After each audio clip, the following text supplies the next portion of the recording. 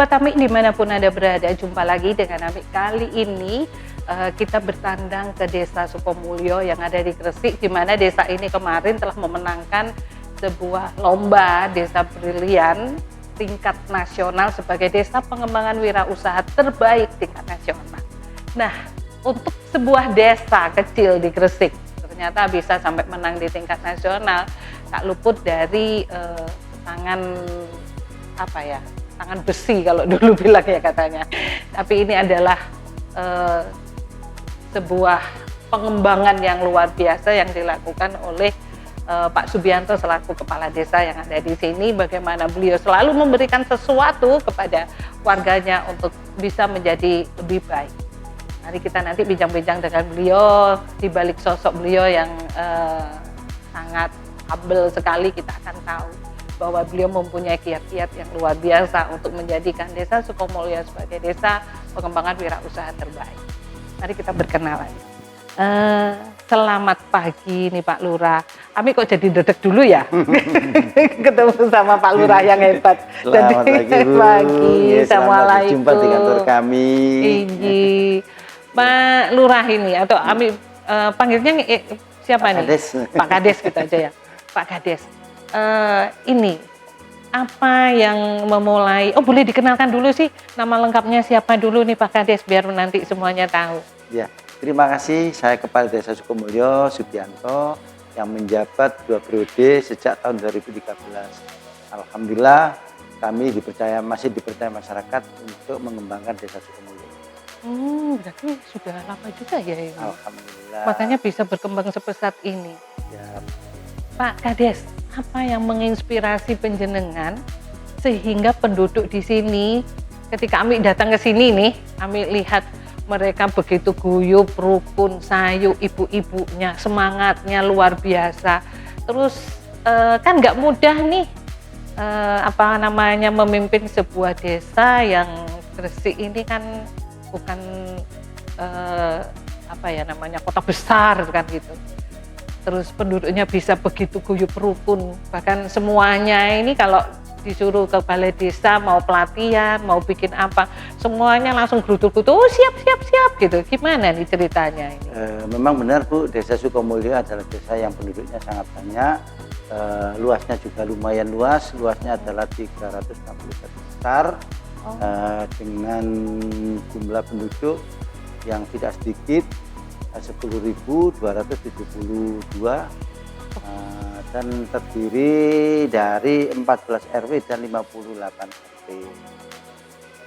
Desa ini memang desa yang berbatasan dengan kota Bu, dan berada di tengah-tengah pengembangan industri yang luar biasa. Sehingga penduduk kami adalah penduduk yang heterogen, campuran. Maka perlu adanya pendekatan secara persuasif, kita memberikan edukasi bagaimana kita sebagai masyarakat atau warga Desa Sukomulyo ini benar-benar bisa menangkap potensi-potensi yang ada di desa ini. Terutama kita menyadari hidup di tengah-tengah perkembangan industri tidak mudah. Kita ingin menciptakan bagaimana masyarakat yang mempunyai usia non produktif atau yang tidak mempunyai aktivitas perekonomian di luar, kita potensikan, kita wilah-wilah atau kita pisah-pisahkan sesuai dengan kemampuan keahliannya masing-masing.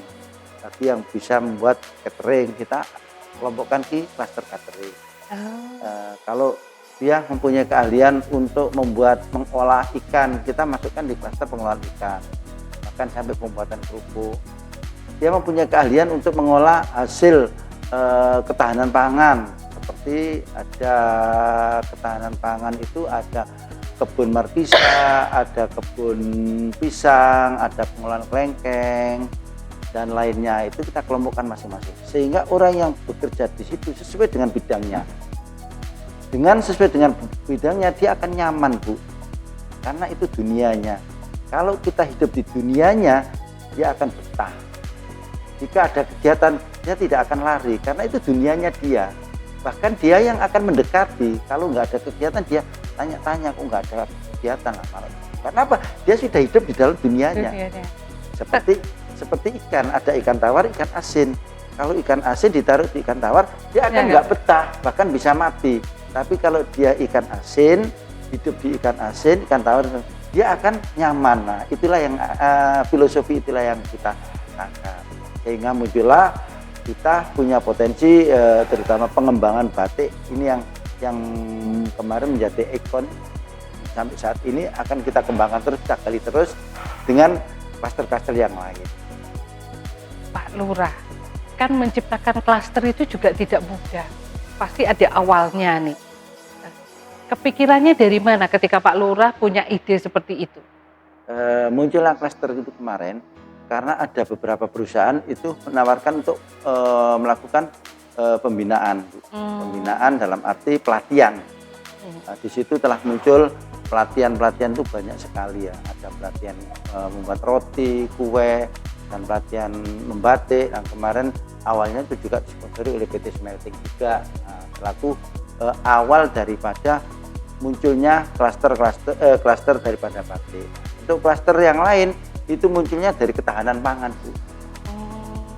Sehingga kami bersama perangkat terutama Bu Sekdes itu mengkelompokkan klaster-klaster itu sesuai dengan dunianya orang yang akan kita taruh di klaster tersebut. Berarti sebenarnya itu juga ada pendekatan ke penduduk ya, jadi sehingga tahu bahwa oh ternyata ada yang suka ini, ada yang suka ini, kan seperti itu. Ya memang kita awalnya itu kita umumkan bahwa desa mempunyai kegiatan ini. Nah akhirnya mereka akan memposisikan diri, oh, aku nak dunia iki, aku nak dunia. Nah setelah itu kita matangkan, kita musyawarahkan, kita mudeskan, sehingga mereka kita tetapkan sebagai anggota klaster. Dan setiap klaster kita buatkan komunitas. Wow, keren juga ya.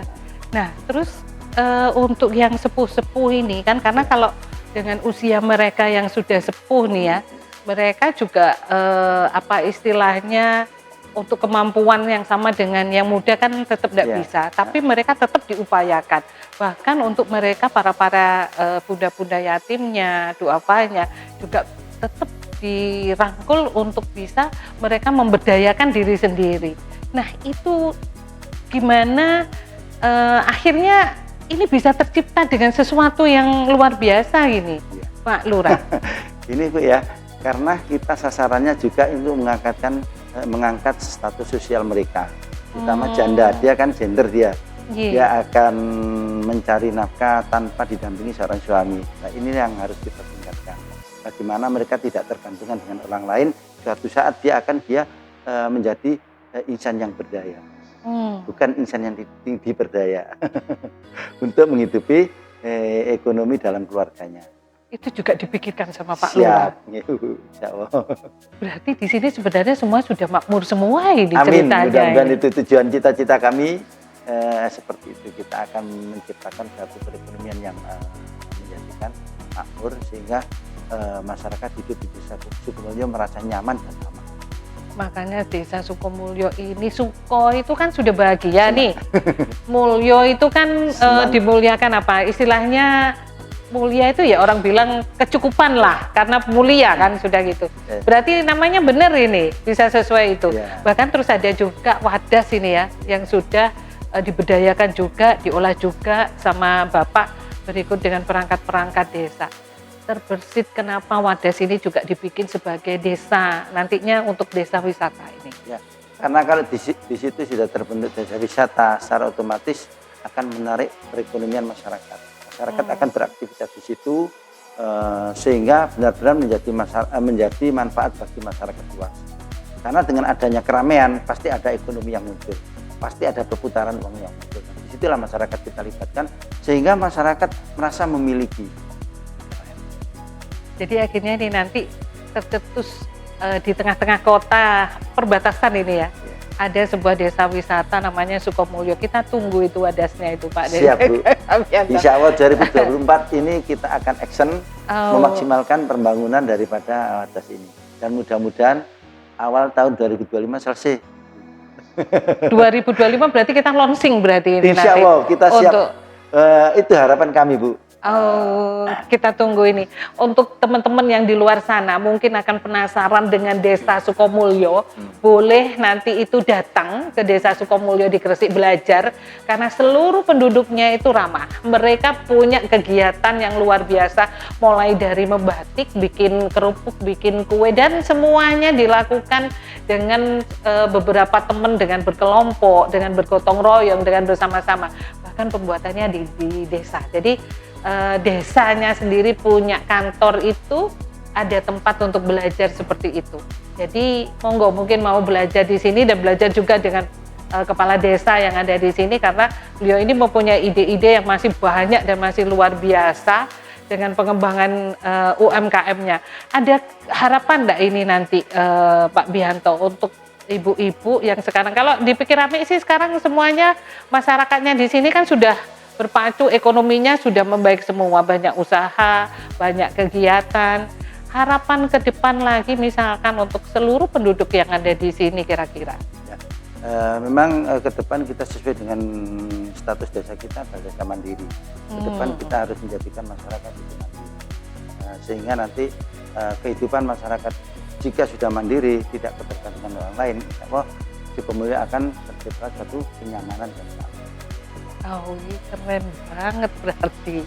Oke sahabat, lagi kita akan mendengarkan bahwa Desa Sukomulyo yang sekarang sudah menang sebagai desa pengembangan wirausaha ini adalah merupakan sebuah contoh ini ya, bahwa ibu-ibu yang janda di sini juga dikaryakan ini di desa ya. Jadi ada yang diperbantukan sesuai dengan apa yang mereka bisa. Kemarin contohnya kalau untuk ibu-ibu yang janda-janda ini supaya mereka yang misalkan tidak punya keterampilan bisa dikaryakan dengan membantu apa aja itu kemarin Pak?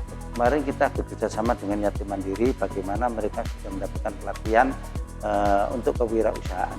Setelah dengan bekal modal ilmu yang didapat, dia akan mandiri menciptakan pekerjaannya sendiri. Sehingga dia akan membuat perekonomian di keluarganya itu akan tumbuh dan berkembang. Pak Kades, boleh nggak kasih pesan untuk orang di luar sana supaya mereka tetap semangat Kak penjenengan ini? Siap Bu. Mohon teman-teman atau saudara-saudara seperjuangan janganlah berhenti berkarya untuk menciptakan kenyamanan dan peningkatan perekonomian di desa kita.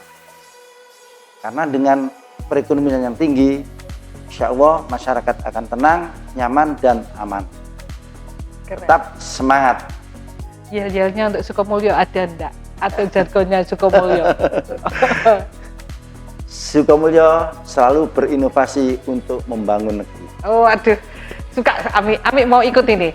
Berarti gimana? 1, 2, 3. Sukomulyo selalu berinovasi untuk membangun negeri. Wah keren, terima kasih Pak Dades. Wah Pak Wibianto, terima kasih banyak. Sama-sama. Semoga selalu bermanfaat. Amin. Kapan-kapan kita mau podcast setelah Wadasnya jadi ya. Siap. Semoga di 2025 ini jadi dan kita akan melihat bahwa Desa Sukomulyo merupakan desa wisata yang baru lagi, yang bisa muncul di Gresik, yang menjadi percontohan dan menjadi sesuatu yang menginspirasi untuk desa-desa yang lain. Sukses selalu untuk Sukomulyo dan sampai ketemu di lain waktu. Wassalamualaikum warahmatullahi wabarakatuh.